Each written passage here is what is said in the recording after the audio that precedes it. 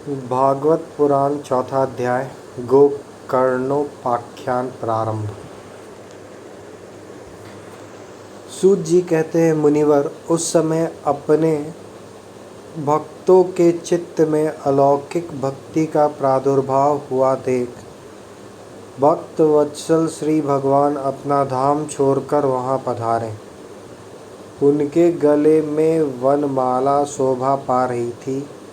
श्री अंग सजल जलधर के समान श्याम वर्ण था। उस पर मनोहर पीतांबर सुशोभित था।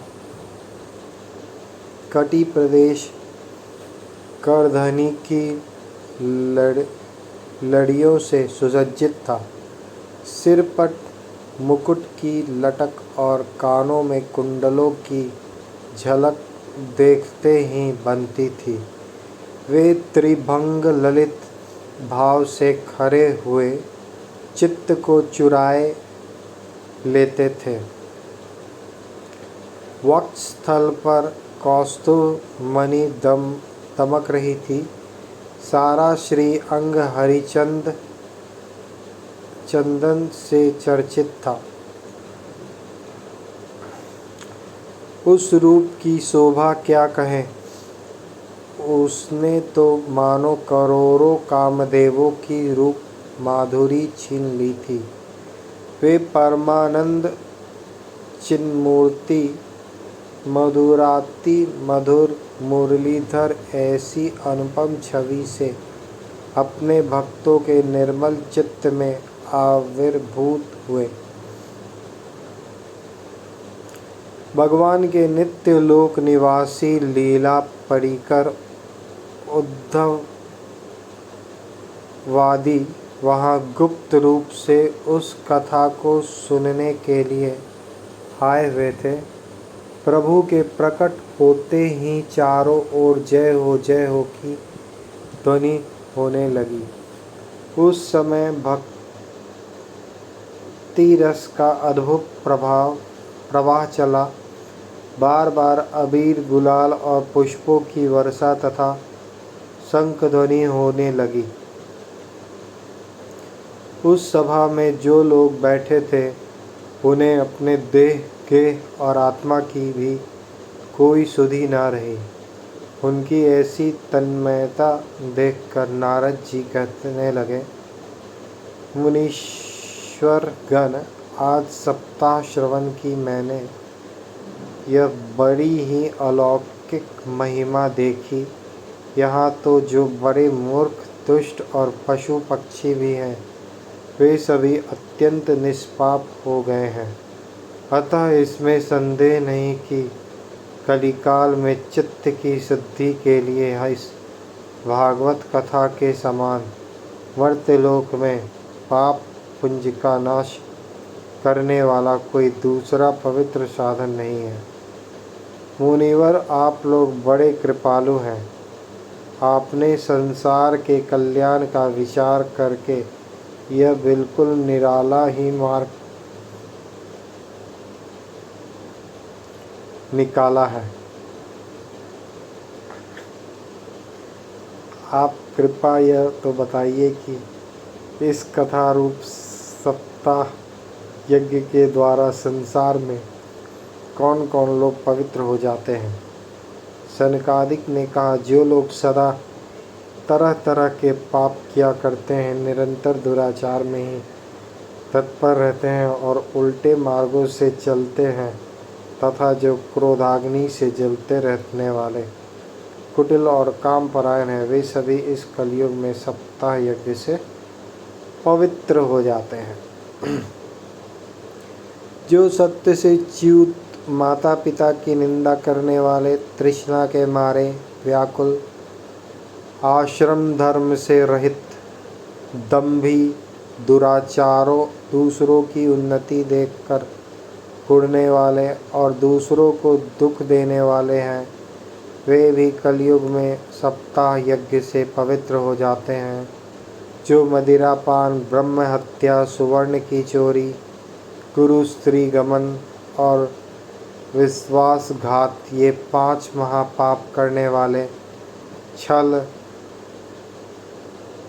छद्मपरायण, क्रूर, पिशाचों के समान निर्दयी, ब्राह्मणों के धन से पुष्ट होने वाले और व्यभिचारी हैं, वे भी कलयुग में सप्ताह यज्ञ से पवित्र हो जाते हैं। जो दुष्ट आग्रहपूर्वक सर्वदा मन, वाणी या शरीर से पाप करते रहते हैं, दूसरों के धन से ही पुष्ट होते हैं तथा मलिन मन और दुष्ट हृदय वाले हैं, वे भी कलयुग में सप्ताह यज्ञ से पवित्र हो जाते हैं। नारद जी, अब हम तुम्हें इस विषय में एक प्राचीन इतिहास सुनाते हैं। उसके सुनने से ही सब पाप नष्ट हो जाते हैं।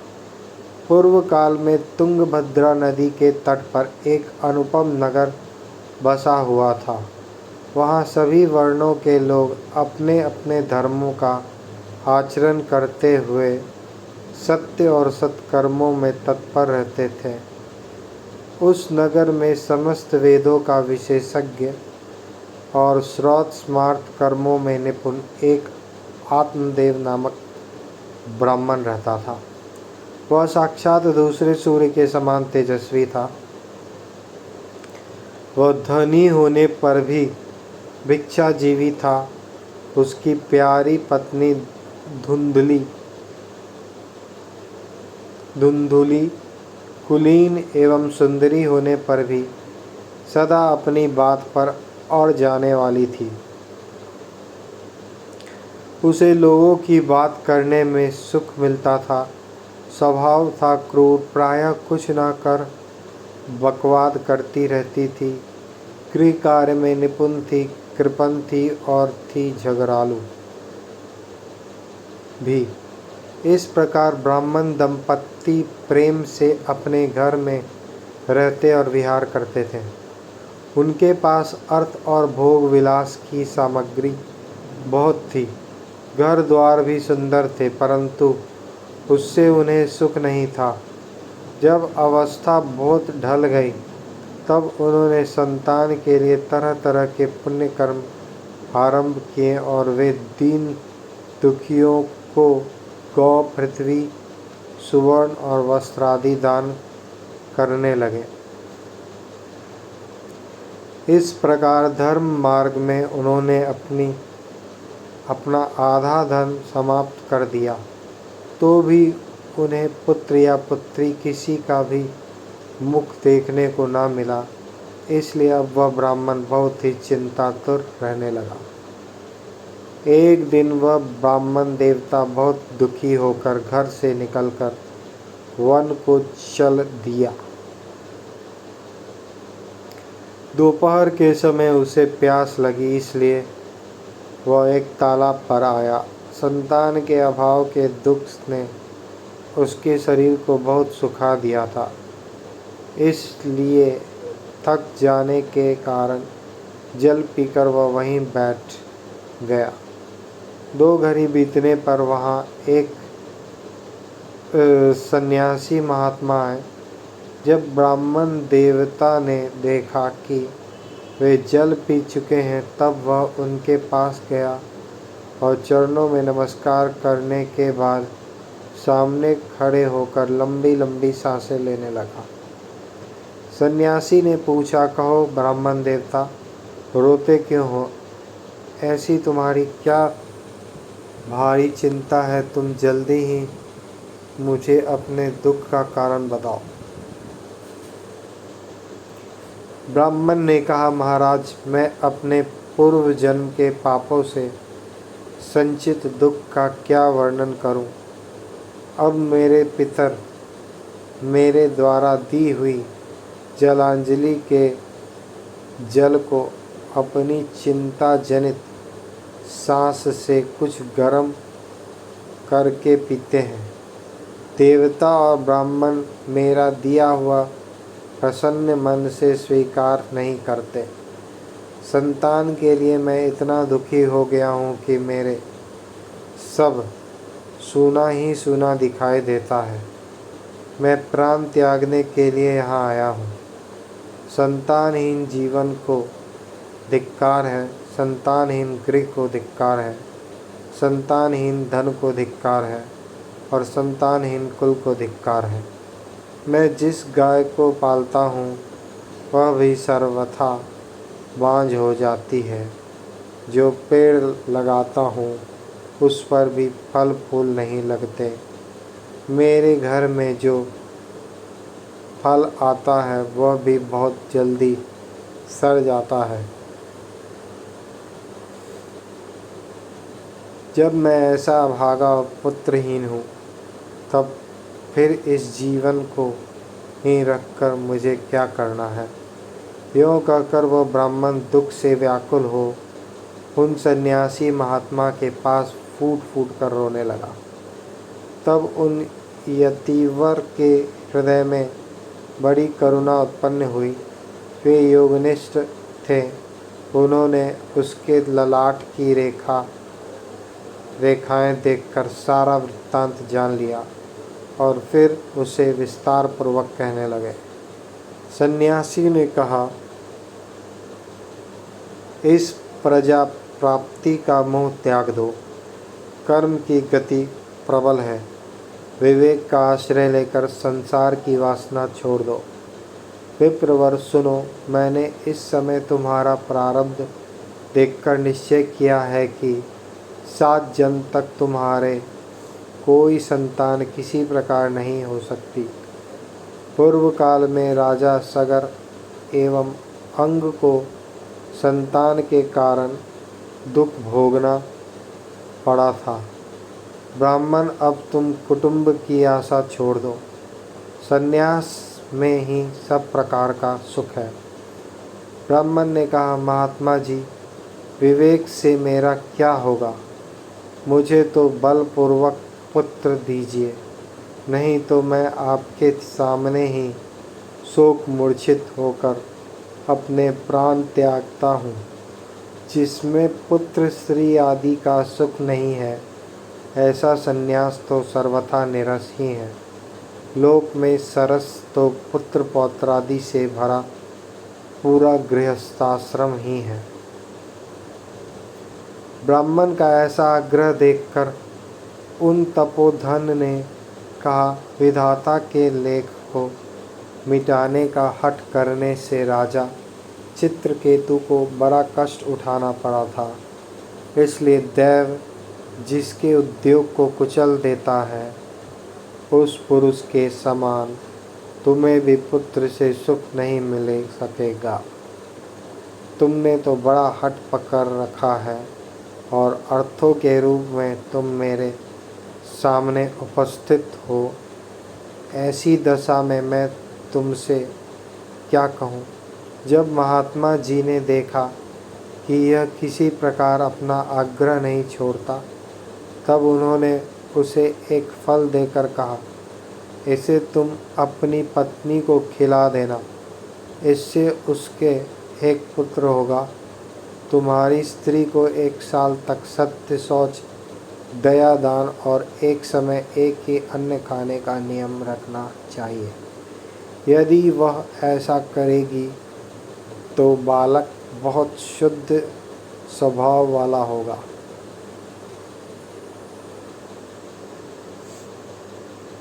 यूँ कहकर वे योगीराज चले गए और ब्राह्मण अपने घर लौट आया। वहाँ आकर उसने वह फल अपनी स्त्री के हाथ में दे दिया और स्वयं कहीं चला गया। उसकी स्त्री तो कुटिल स्वभाव की थी ही। वह रो रो कर अपनी एक सखी से कहने लगी, सखी, मुझे तो बड़ी चिंता हो गई। मैं तो यह फल नहीं खाऊंगी।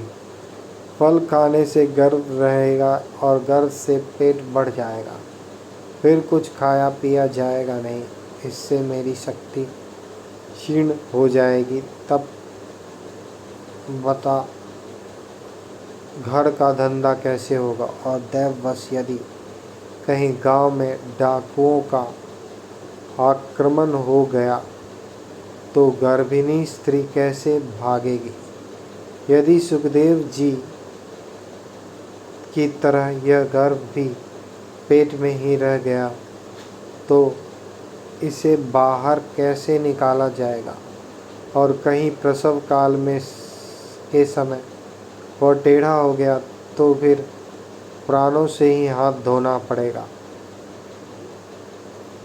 यो भी प्रसव के समय बड़ी भयंकर पीड़ा होती है। मैं सुकुमारी भला यह सब कैसे सह सकूंगी? मैं जब दुर्बल पड़ जाऊंगी तब ननद रानी आकर घर का सब माल मता समेत ले जाएंगी और मुझसे तो सत्य शौचादि नियमों का पालन होना भी कठिन ही जान पड़ता है। जो स्त्री बच्चा जनती है उसे उस बच्चे के लालन पालन में भी बड़ा कष्ट होता है।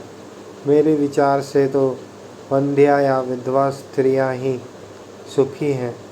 मन में ऐसे ही तरह तरह के कुतर्क उठने से उसने वह फल नहीं खाया और जब उसके पति ने पूछा फल खा लिया तब उसने कह दिया हाँ खा लिया। एक दिन उसकी बहन अपने आप ही उसके घर आई।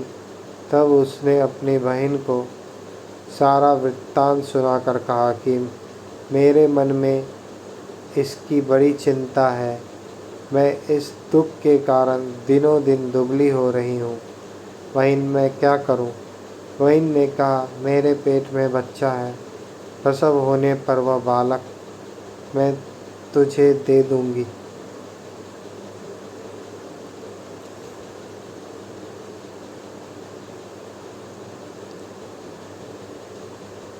तब तक तू गर्भवती के समान घर में गुप्त रूप से सुख से रह। तू मेरे पति को कुछ धन दे देगी तो वे तुझे अपना बालक दे देंगे। हम ऐसी युक्ति करेंगी कि जिसमें सब लोग यही कहे कि इसका बालक 6 महीने का होकर मर गया और मैं नित्य प्रति तेरे घर आकर उस बालक का पालन पोषण करती रहूँगी। तो इस समय इसकी जांच करने के लिए यह फल गौ को खिला दे। ब्राह्मणी ने स्त्री स्वभाववश जो जो उसकी बहन ने कहा था वैसे ही सब किया। इसके पश्चात समयानुसार जब उस स्त्री के पुत्र हुआ तो उसके पिता ने चुपचाप लाकर उसे धुंधली को दे दिया और उसने आत्मदेव को सूचना दे दी कि मेरा सुखपूर्वक बालक हो गया है। इस प्रकार आत्मदेव के पुत्र हुआ सुनकर सब लोगों को बड़ा आनंद हुआ। ब्राह्मण ने उसका जात कर्म संस्कार करके ब्राह्मणों को दान दिया और उसके द्वार पर गाना बजाना तथा अनेक प्रकार के मांगलिक कृत्य होने लगे।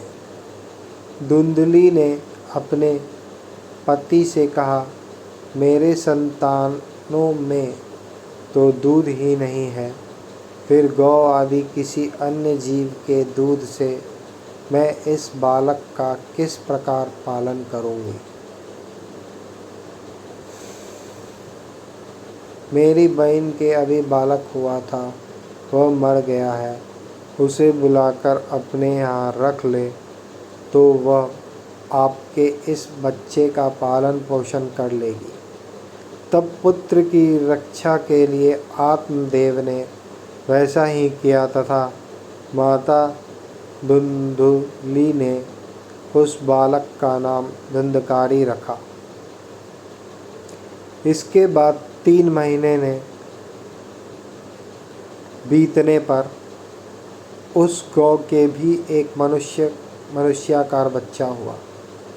वह सर्वांग सुंदर, दिव्य, निर्मल तथा सुवर्ण की सी कांति वाला था। उसे देखकर ब्राह्मण देवता को बड़ा आनंद हुआ और उसने स्वयं ही उसके सब संस्कार किए।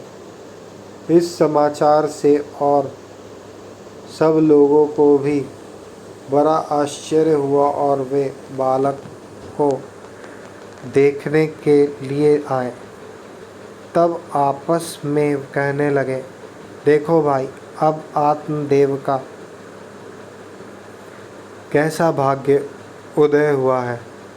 कैसे आश्चर्य की बात है कि गौ के भी ऐसा दिव्य रूप बालक उत्पन्न हुआ है। दैव योग से इस गुप्त रहस्य का किसी को भी पता न लगा।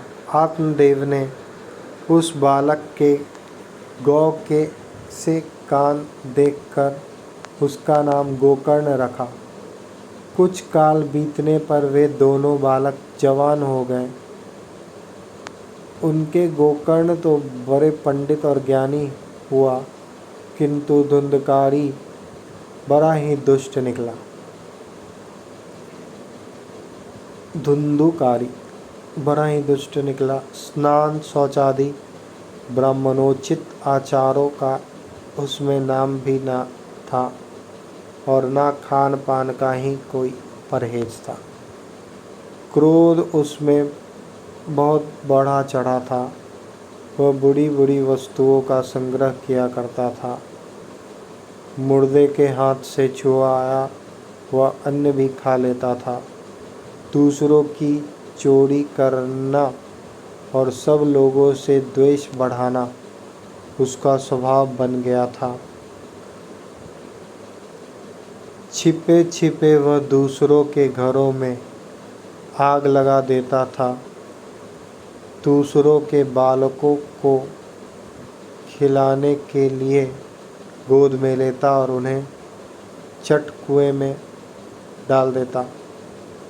हिंसा का उसे व्यसन सा हो गया था। हर समय वह अस्त्र शस्त्र धारण किए रहता और बेचारे अंधे और दीन दुखियों को व्यर्थ तंग करता। चांडालों से उसका विशेष प्रेम था। बस हाथ में फंदा लिए कुत्तों की टोली के साथ शिकार की टोह में घूमता रहता। वेश्याओं के जाल में फंसकर उसने अपने पिता की सारी संपत्ति नष्ट कर दी। एक दिन माता पिता को मार पीट कर घर के सब बर्तन भांडे उठा ले गया। इस प्रकार जब सारी संपत्ति स्वाहा हो गई, तब उसका कृपण पिता फूट फूट कर रोने लगा और बोला, इससे तो इसकी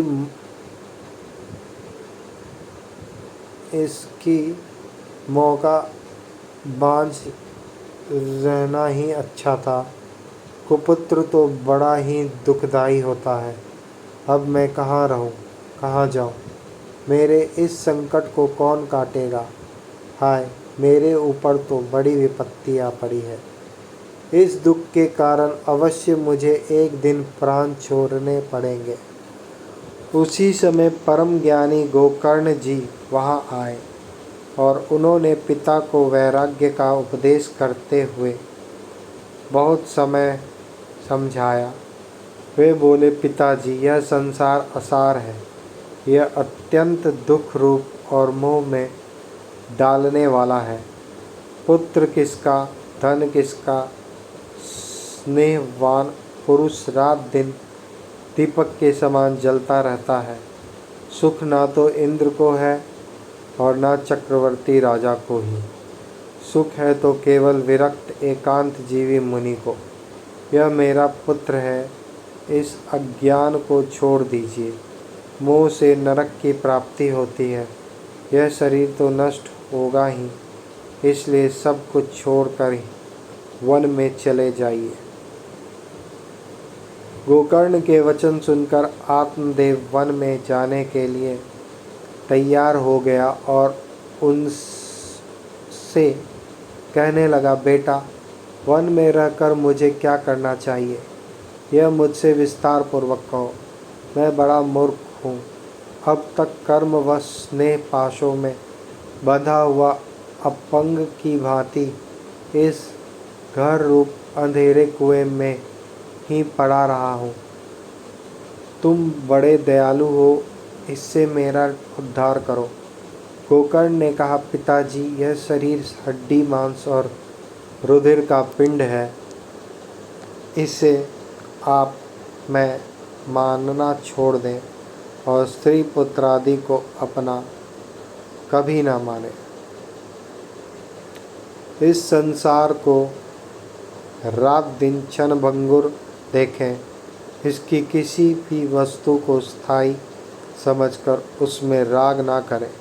बस एकमात्र वैराग्य रस के रसिक होकर भगवान की भक्ति में लगे रहें।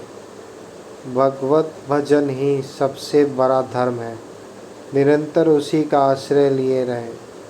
अन्य सब प्रकार के लौकिक धर्मों से मुख मोड़ लें। सदा साधु जनों की सेवा करें। भोगों की लालसा को पास ना फटकने दें तथा जल्दी से जल्दी दूसरों के गुण दोष का विचार करना छोड़कर एकमात्र भगवत सेवा और भगवान की कथाओं के रस का ही पान करें। इस प्रकार पुत्र की वाणी से प्रभावित होकर आत्मदेव ने घर छोड़ दिया और वन की यात्रा की। यद्यपि उसकी आयु उस समय 60 वर्ष की हो चुकी थी, फिर भी बुद्धि में पूरी दृढ़ता थी। वहाँ रात दिन भगवान की सेवा पूजा करने से और नियम पूर्वक भागवत के दशम स्कंद का पाठ करने से उसने भगवान श्री कृष्णचंद्र को प्राप्त कर लिया।